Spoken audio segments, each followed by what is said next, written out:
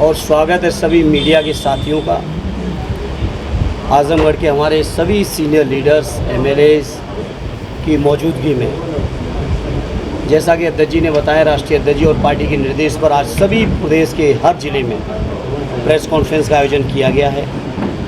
और मैं समझता हूँ इस प्रेस कॉन्फ्रेंस के माध्यम से, जहां मैं आज इस मौके पर अपने आजमगढ़ के सभी मतदाताओं का हृदय से धन्यवाद देता हूं, आभार व्यक्त करता हूं। बहुत विपरीत परिस्थितियों में, बहुत विपरीत मौसम में, बहुत विपरीत राजनीतिक तिकड़मों के बीच आजमगढ़ के लोगों ने जो मतदान किया है वो ऐतिहासिक मतदान है। और उस ऐतिहासिक मतदान का ऐतिहासिक परिणाम कल लगभग इसी समय तक हम आप सभी न केवल सुनेंगे, बल्कि आजमगढ़ के लोगों ने जो समर्थन दिया है, इस समर्थन की बुनियाद पर हम कह सकते हैं कल लगभग इसी समय देश के अंदर एक नई सरकार का गठन होगा, जो सरकार इंडिया गठबंधन की होगी।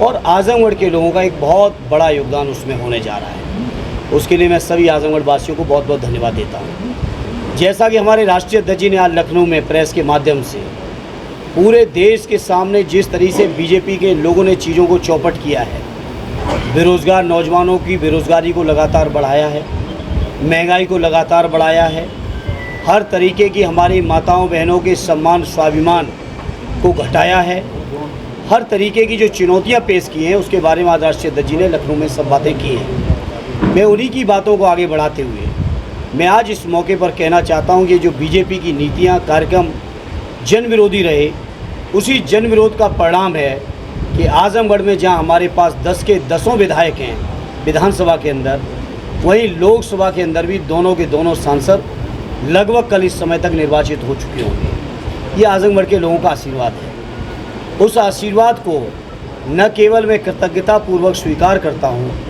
बल्कि उन्हें विश्वास दिलाता हूँ हर उम्मीद और आशा को पूरा करने का काम करूँगा। जहाँ तक काउंटिंग को लेकर या एग्जिट पोल को लेकर, आप में से बहुत सारे लोग जानते होंगे, जो लोग एग्जिट पोल किए हैं, मेरी उनमें से कई लोगों से बात हुई, नाम नहीं खोलूँगा, जो उन्होंने कल परसों दिखाया है उससे 2 गुना 3 गुना इंडिया गठबंधन की सीटों को वो स्वीकार कर रहे हैं। और मैं कह सकता हूं कि जनता का ऐतिहासिक फैसला कल समाजवादी पार्टी और इंडिया गठबंधन के पक्ष में आ रहा है। अकेले उत्तर प्रदेश से कम 60 सीटें जीत के इंडिया गठबंधन देश के अंदर सरकार बनाने जा रहा है।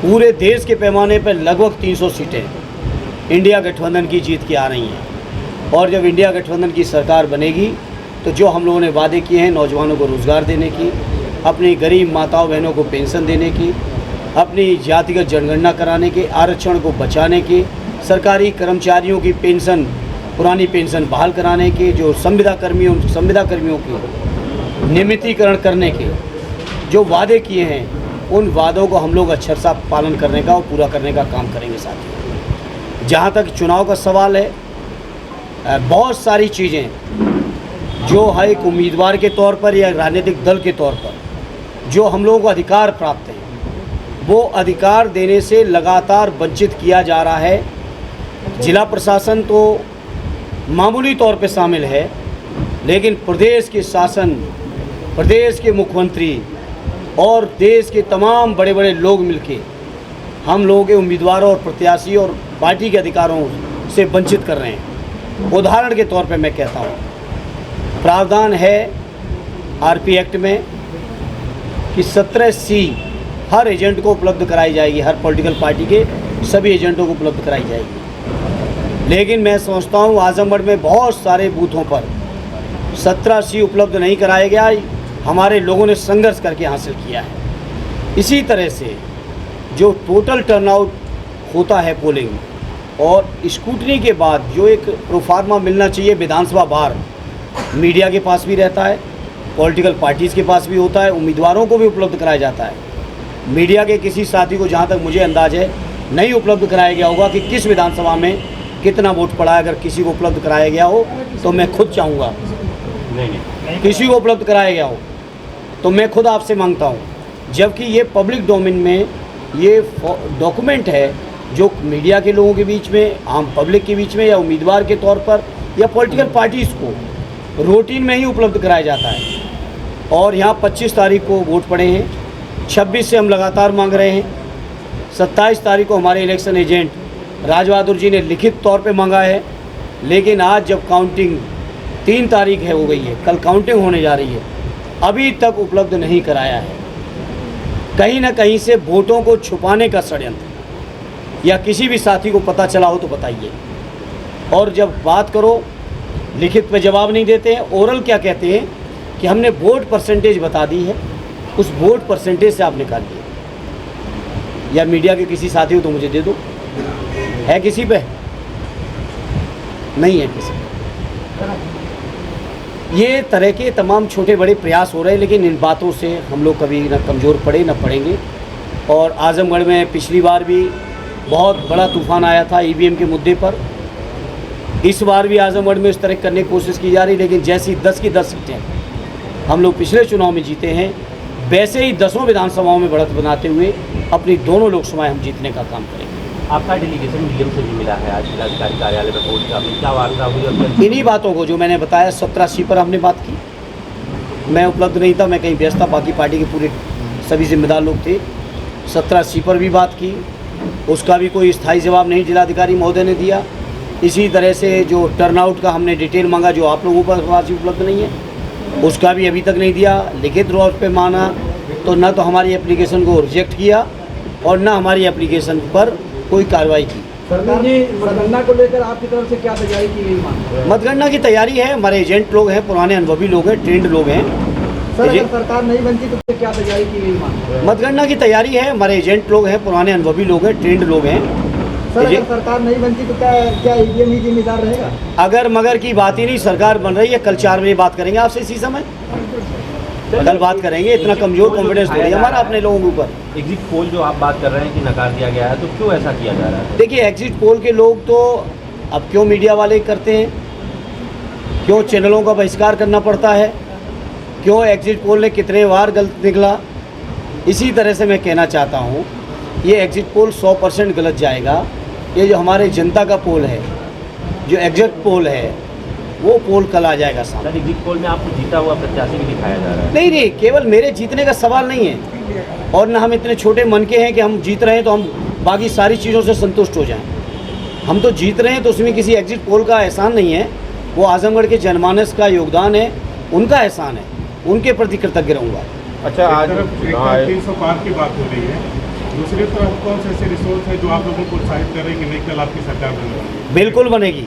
हम लोग जनता के बीच रहे, लगातार रहे। जिस तरह से जनता के अंदर आक्रोश है, नौजवानों में रोज़गार को लेकर, हमारे बुज़ुर्गों में तमाम तरीके के सम्मान को लेकर, हमारे जो जातिगत जनगणना को लेकर, जो संविधान के ऊपर खतरे हैं उसको लेकर, जो लोकतंत्र बचाने की बात है उसको लेकर, मैं पूरे चुनाव के दरमियान का और आज फिर मीडिया के साथ ही दोहराऊँगा आपको, लोकतंत्र ख़त्म होने की सबसे पहली शुरुआत की जाएगी, मीडिया के ऊपर बैन किया जाएगा। आसपास के जो कई राष्ट्रों में जो है, हम लोगों के पड़ोसी राष्ट्रों में जो व्यवस्थाएं हैं, चाहे वो चाइना हो या रशिया, इसी तरह की व्यवस्था आप लोगों के लिए भी होगी सबसे पहले, क्योंकि मीडिया के ऊपर, सोशल मीडिया के ऊपर ही सच्चाई है ना दिखा पाएँ, इस बात पर सबसे पहले प्रतिबंध लगाने की कोशिश होगी। लेकिन जनता जाग चुकी थी, जनता ने लोकतंत्र बचा लिया है।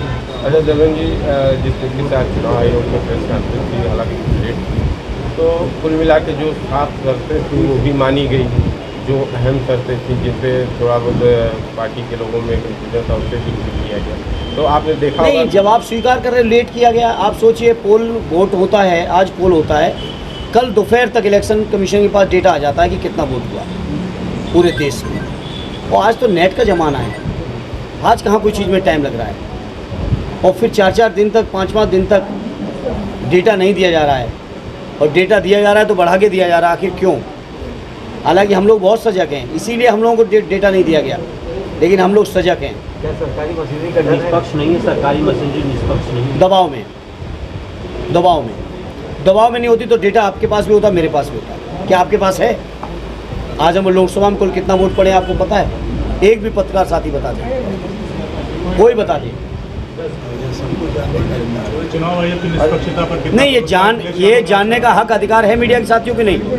एक भी साथी बता दे मुझे कितना टोटल पोल पड़ा है, नहीं बता सकते आप। परसेंटेज पथरौलिया विधानसभा में 7 बजे से 9 बजे तक का कोई पसंद नहीं हुआ। तो सामने है ना चीज़ें, आप ही स्वीकार कर रहे हैं, मुझे अच्छी बात है। मीडिया के जागरूक भाई लोग सब बातों को स्वीकार कर रहे हैं, लेकिन आज इन्हीं चीज़ों को लेकर हम लोगों ने मीडिया के बीच में आए हैं। और मैं अपील करूंगा आप सबके माध्यम से एडमिनिस्ट्रेशन के लोगों से कि निष्पक्ष मतगणना हो, किसी तरह की कोई व्यवधान ना हो। जो चुनाव आयोग की गाइडलाइन है या जो मान्यताएं हैं, जो नियम हैं, रूल हैं, उनका अनुपालन हो, ये मैं आपके माध्यम से डिस्ट्रिक्ट एडमिनिस्ट्रेशन और इलेक्शन कमीशन से अपील करूँगा। जनरल जी, एक सवाल और है कि जो बैलेट पेपर को लेके बात आई थी, शुरुआती दौर में उसको लेके विरोध था, अब की बार चुनाव आयोग ने भी ये बातें स्वीकार की हैं, तो आप उससे कितना सहमत है और आप उस पर किस तरह से नज़र रखते हैं? नज़र तो हम बहुत रखें, इस बार नज़र इसलिए रखें कि व्यवस्था पर विश्वास नहीं रहा। आप सोचिए, पिछले विधानसभा के चुनाव में आदरणीय राष्ट्रीय अध्यक्ष जी के आह्वान पर जब समाजवादी कार्यकर्ता निकले ईवीएम की सुरक्षा को लेकर, तो उत्तर प्रदेश के 75 में से 32 जिलों में नियमितता पाई गई, केवल 36 घंटे के अंदर 32 जिलों में, जिसमें आजमगढ़ भी शामिल है। 32 जिलों में नियमितता थी। तो इसलिए अब प्रशासन के लोगों को अतिरिक्त प्रयास करना चाहिए निष्पक्षता का। हालांकि वो जिनके अंडर में है वो कहाँ कर पाएंगे। कल की शुरुआत कैसे करेंगे? शुरुआत काउंटिंग में जाएंगे और पहले राउंड से आखिरी राउंड तक आजमगढ़ के लोगों का आशीर्वाद इतना रहेगा कि लगातार लीड बढ़ती जाएगी। आपका भी सहयोग और आप लोग तो रहेंगे सहयोग में। ठीक है, बहुत बहुत धन्यवाद।